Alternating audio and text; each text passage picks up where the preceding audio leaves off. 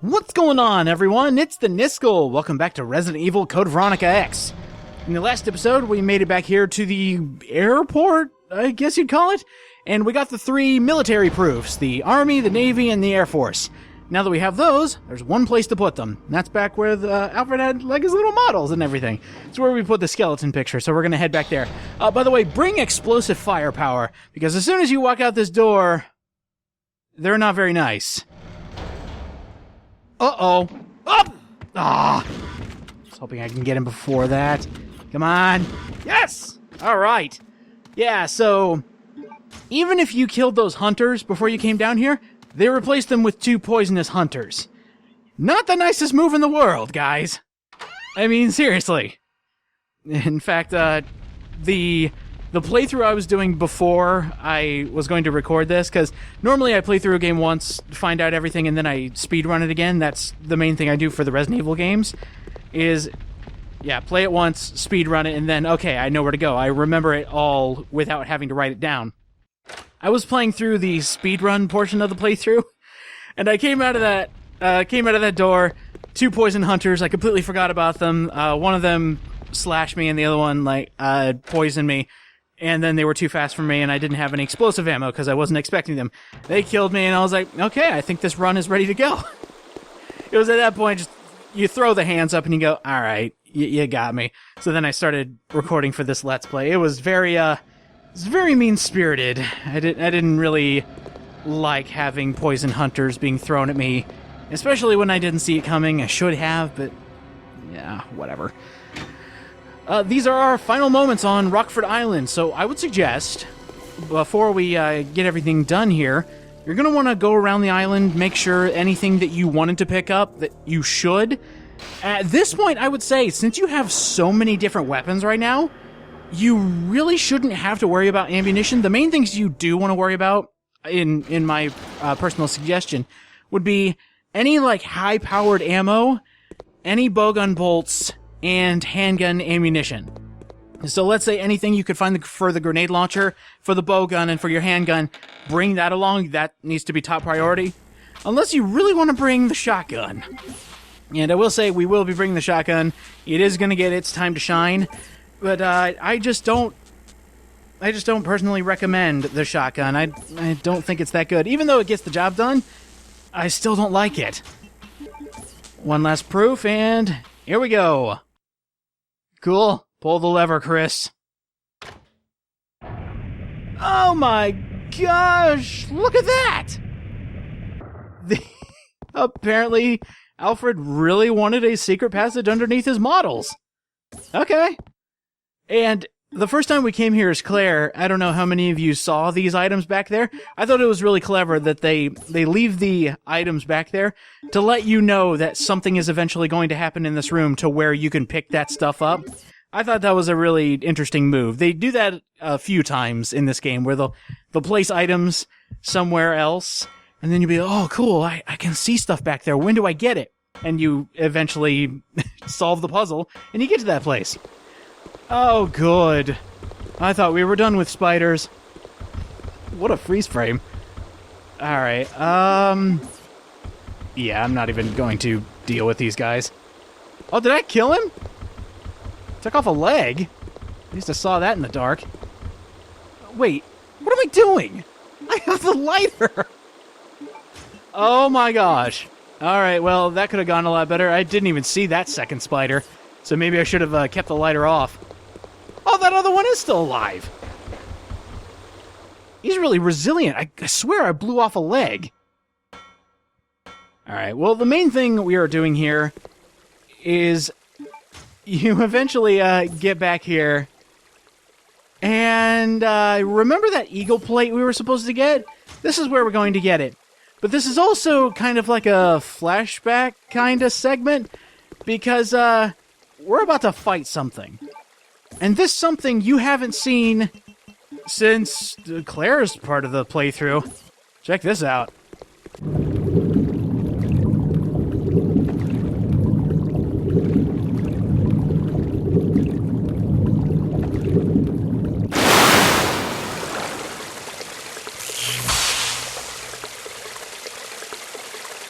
Yeah. I think these are called albinoids, but do you remember the one that escaped through his capsule, went into the ventilation system, and then we never saw him again? That's this guy. He definitely grew. I'll give him that. So yeah, here we go. We have a full-grown, I guess you would consider it a full-grown albinoid. And of course, he's got to be in water. So this fight is actually really, like, stupid and superfluous. I really hate this fight because it can go two ways. The first way is you wait patiently, and I do mean very patiently, because if you don't want to get shocked, you're going to stay on this outer walkway here, and you basically have to follow him as he just slightly crawls around the water, always out of the reach of your gun. He doesn't take a lot to kill, I'll give him that, but it is so obnoxious to have him be in the middle of the pool. So you know what? Normally when I'm doing my playthrough, I make sure I have full health, say screw it. Wherever he is in the water, he's going to shock you no matter what. So just grab the eagle plate and just leave. You don't have to kill him. So in my eyes, this fight's over. If you want to stay behind and kill him, post-text, do you get anything for killing the albinoid? I've actually never done it before. I've always said just screw it. And we're done here. We got the blue eagle plate. This is the one thing we came here for. And it's time to get out of here. Cool. I really wish more Resident Evil games had optional bosses like that. I mean, I don't know if I'd even consider that a boss. It's just like, hey, do you remember that thing you let loose, like, hours before? Oh, yeah, he's back. And he's more powerful. Great.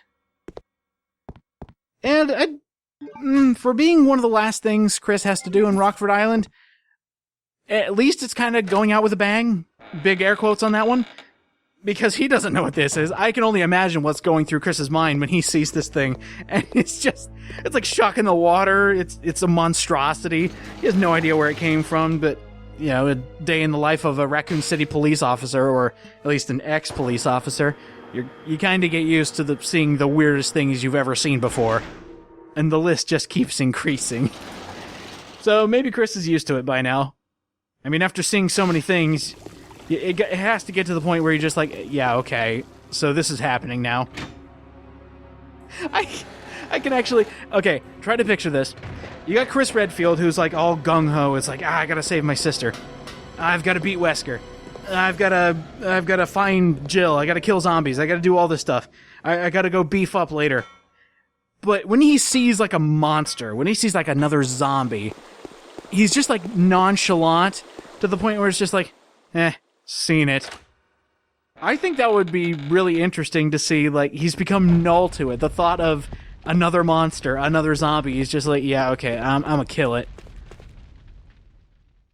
In fact, I wonder if the other STARS members would do that. I don't think Rebecca would. She's too much of a noob. She would be scared by anything. Barry? Nah, he's got a Magnum. He's fine. He can't get shocked by anything. Chris, nah, he'll get beefed up later. Jill, who knows what happened to her. Leon? I don't know, something might still shock him. I mean, that was his first day, so maybe that was enough to, you know, shock him into tough guy status. Claire, I can kind of understand, because she's not, quote-unquote, she's not one of the fighters. She just happened to be in Raccoon City, and all of a sudden you got this officer saying, here, take a gun. We got to shoot zombies in the head. Shoot to kill. So I guess I could see why she was still shocked. And every time you see Claire, it's just like, shit, zombies? God! Well, my day just got worse. In fact, in the Resident Evil films, I'm really glad that they mainly focus on Leon and Claire, because everybody loves those characters. You got the guy who's really lucky, and the girl with the street smarts to know how to defend herself when it comes to the undead. So you got cool characters. I like that they focus on them in the CGI movies. But it's just like... Leon's the only one who gets it. He takes a look at him and is like, shoot him in the head. That's all you gotta do. And even Claire, the first time she sees a zombie in Degeneration, I think it's called, she goes, Oh, that's shocking. All right, shoot him in the head. So there's still like a little bit of hesitation there. But I went on a bit of a tangent, my apologies.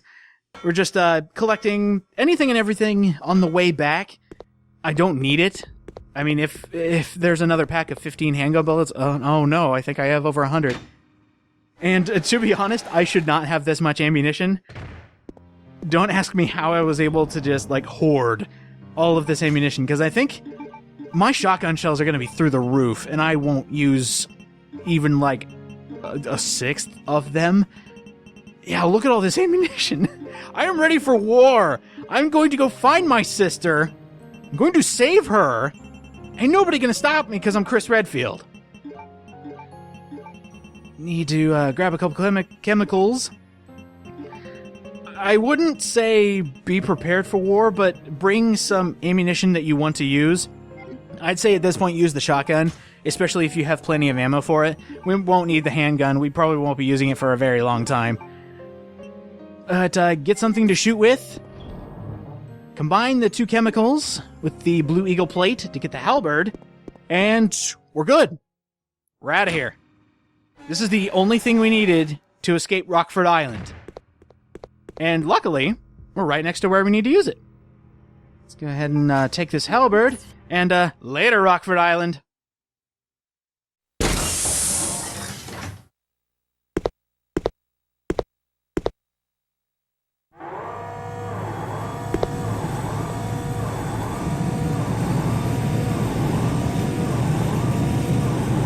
Hold on, Claire. I'll save you.